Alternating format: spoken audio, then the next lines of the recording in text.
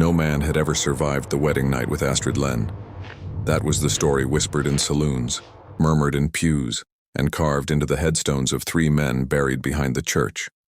Astrid was 6'3", built like a plow horse with shoulders wider than most men's and arms hardened by years of ranch work. She was strong enough to pull a stump from the ground with her bare hands, strong enough to carry a keg under each arm. And every husband she had taken had gone to her bed and failed to rise the next morning. The first had been young, eager, and too proud to admit his fear. The second had been older, boasting that he could tame anything. The third had been gentle but brittle, breaking under the weight of her strength. The doctor called it heart failure, the preacher called it judgment, and the townsfolk called it a curse. Astrid placed flowers on their graves each week, though she never cried. She was too strong for tears, too strong for the life she'd been given. On the day of her 4th wedding, the entire town gathered, some with pity, some with morbid curiosity. The undertaker had his tape measure ready. The preacher's hand shook as he held the Bible. They all wondered the same thing. What kind of fool would risk his life to wed Astrid Len? His name was Thomas Wade. Thomas wasn't tall, nor broad, nor young. He was weathered, with a gray beard and sunburnt skin, his shoulders stooped from years of work and war. He barely reached Astrid's shoulder, and when she stood beside him at the altar, the crowd smirked, certain he'd be the quickest to fall. The undertaker mouthed his name like he was already carving it. But Thomas didn't flinch. He studied Astrid with calm eyes, eyes that had seen worse than death. When the preacher stumbled over the vows, Thomas spoke them steady.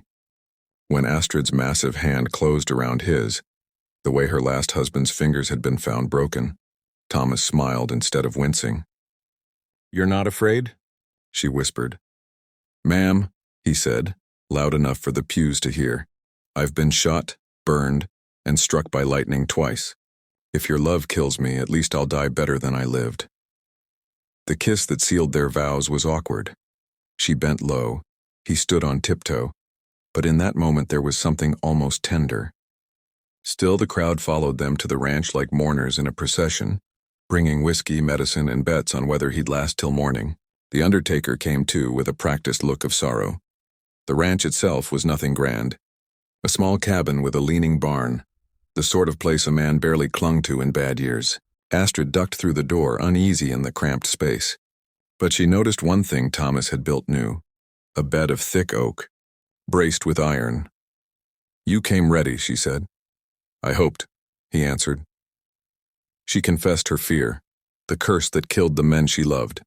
He showed her his scars, a chest crisscrossed with the marks of war, a leg stiff from a bullet. "I've been half dead 10 years, he told her.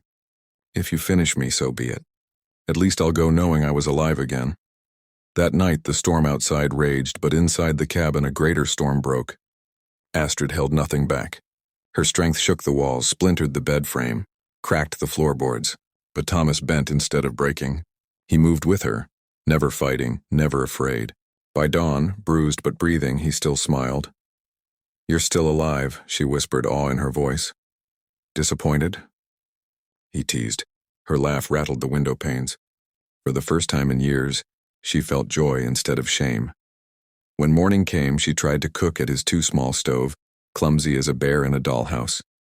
Thomas kissed her hand and said, "You're not cursed. You're just strong, and strength isn't something to fear." Word spread faster than wildfire. The rancher who survived Astrid Len's bed? The miracle man. The doctor came, puzzled that Thomas's heart was stronger than before. The preacher called it divine mercy. The saloon called it sorcery. But Thomas answered plainly to anyone who asked, "Those men tried to conquer her. I chose to surrender." For the first time, Astrid lived without shame. She and Thomas worked the ranch together, 2 halves of something whole. She carried timbers that took 3 men. He fixed machinery she couldn't handle. Together they built fences, tilled fields, mended roofs. The ranch thrived. Neighbors rode by to watch. Children gawked at the giant woman carrying sacks of grain. Some whispered she was a witch. Others began to admire her, but not all were pleased. Mayor Garrison, who owned half the land around them, had planned to buy Thomas's ranch cheap. Now that it flourished, his scheme soured. "She's bewitched him," he told the saloon. "No natural woman grows that big. No man survives her without black magic." He stirred up fear, whispering that Astrid was a monster, a threat to the town's daughters, an omen. He gathered a gang of riders, masked and armed, planning to burn the ranch and rid the valley of what he called unnatural. But when 20 men rode up with torches, they found Thomas on the porch with his rifle, Astrid stepping out behind him in the firelight. Horses reared at the sight of her towering form. Garrison called her a creature. Astrid crushed a porch beam in her hand and said softly, "I could kill every one of you. The only reason you're breathing is because Thomas taught me mercy." The gang faltered. The deputy pulled off his mask. Others followed. Only Garrison and his hired brute stayed snarling. But the fight didn't come. The men turned back, uneasy with the sight of her strength paired with his calm. That night, as the couple sat watching the dawn, Astrid leaned against him and whispered the secret that frightened her more than any mob. "I'm pregnant." Thomas's hand tightened on hers. "Good," he said simply. "The world needs more of you." Her voice shook. "What if the child is cursed like me? What if it kills me?" Thomas kissed her hand. "Lots of things could kill us. But if it's ours, we'll love it however it comes." Astrid rested her head on his shoulder, silent. For the first time, she dared to hope. And in town, the whispers grew louder. Some called it a miracle. Some called it an abomination. A woman whose love killed men, now carrying a child. No one knew whether to fear or rejoice. The storm was not over. It was only beginning. The winter that followed Astrid's revelation was the hardest anyone in the valley could remember.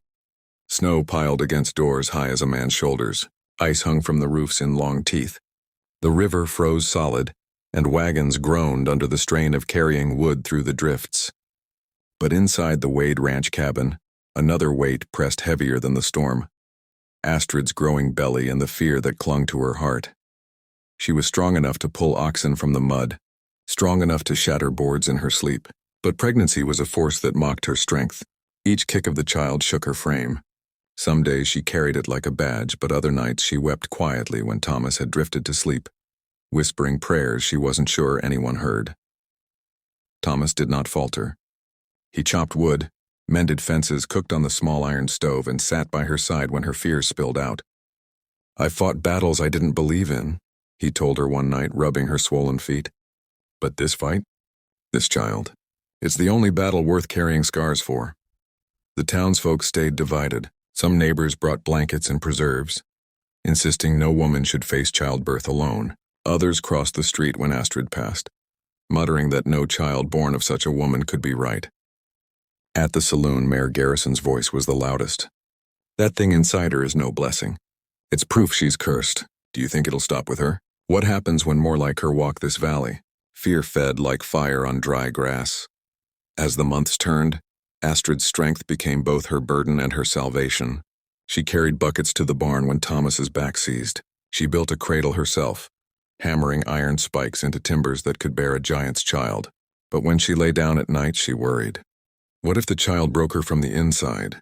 What if the curse was real, and this life she carried would come at the price of her own? Thomas kissed her fears away with patience. "Lots of things can kill us," he reminded her. "But if this child is ours, we'll love it however it comes." That's no curse. That's grace. Spring thawed the valley, but it brought no peace. Garrison's bitterness deepened. The ranch was thriving. Neighbors who once sneered now leaned on Astrid's strength when their barns caved or wagons bogged. She was too kind to refuse, and that kindness turned suspicion into gratitude. Garrison saw it all slipping from his grip, the land, the town's loyalty, his own authority. So he gathered men again. "If we let this continue," he told them, "soon she won't just be a woman. She'll be a legend, and legends replace law. Are you ready to kneel to giants?" Some men nodded, spurred by fear. Others hesitated. But when thunder split the sky one night and rain turned the dirt to mud, 20 riders followed him toward the Wade Ranch, rifles across their saddles, torches in hand. Inside the cabin, Astrid's water broke. The doctor had been pacing the porch for days, knowing her time was near. He rushed inside as Thomas supported Astrid to the bed. Her face, usually so calm in strength, twisted with pain. She gripped the bed frame and splintered it beneath her hand. The storm outside roared, but the storm in that room was fiercer. Astrid screamed, sweat pouring from her face, body racked by a force even she couldn't master. The doctor barked orders and Thomas obeyed without question, boiling water, fetching cloths, holding her hand, though it nearly crushed the bones in his. Then the door banged open. Garrison and his riders filled the threshold, weapons drawn. "Out!" Thomas roared. "This is no place for rifles." But what they saw rooted them where they stood. Astrid was a vision of pain and power, her hair damp, her enormous body trembling with effort, her cries like thunder rolling through the rafters. The cabin shook as she bore down, fighting for life instead of destroying it. Garrison raised his rifle. "She'll birth a monster. We end it here." But one of his own men lowered his torch. "Look at her, Garrison. That ain't a monster. That's a mother." One by one, the rifles drooped. None of them had the stomach to shoot a woman bringing life into the world. Even men hardened by war lowered their eyes, ashamed. Only Garrison stood rigid, face pale, lips trembling. Hours passed. The storm outside hammered the windows, but inside a greater storm raged.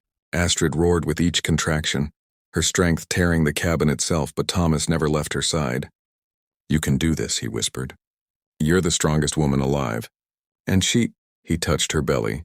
"She'll be even stronger." At last, with one final scream that seemed to split heaven itself, the child entered the world. A girl. The doctor lifted her high, nearly 15 pounds, her shoulders broad, her cry fierce enough to silence the storm for a heartbeat. "Alive!" he declared. Astrid collapsed back, sobbing in exhaustion and relief. Thomas took the child into his arms, his weathered face breaking into tears he hadn't shed in years. He held her aloft so every man in the doorway could see. "Her name," he said, "is Grace." The riders stared, breathless. A baby, yes, but no monster. Just a strong, healthy child already gripping Thomas's finger with startling force. One of the riders removed his hat. "Grace," he echoed, voice breaking. Even Garrison's resolve faltered. He lowered his rifle, eyes wide at the sight of life where he'd sworn to see only curse. "I thought I was defending the natural order," he whispered. "But this is the natural order. Life finds a way." He turned, stumbled into the rain, and did not return. The storm passed, and with it the fear that had clung to Astrid for years. From that night forward, the town no longer called her a monster. They called her a mother. Neighbors who once feared her brought milk and cloth for the child. The preacher, who had once spoken of judgment, baptized Grace beneath the morning sun. The saloon, once a nest of gossip, now repeated her story with awe. Grace grew fast. Too fast for the cradle Astrid had built. By 6 months she was crawling across the floor like a bear cub, laughter booming as strong as her cries had been.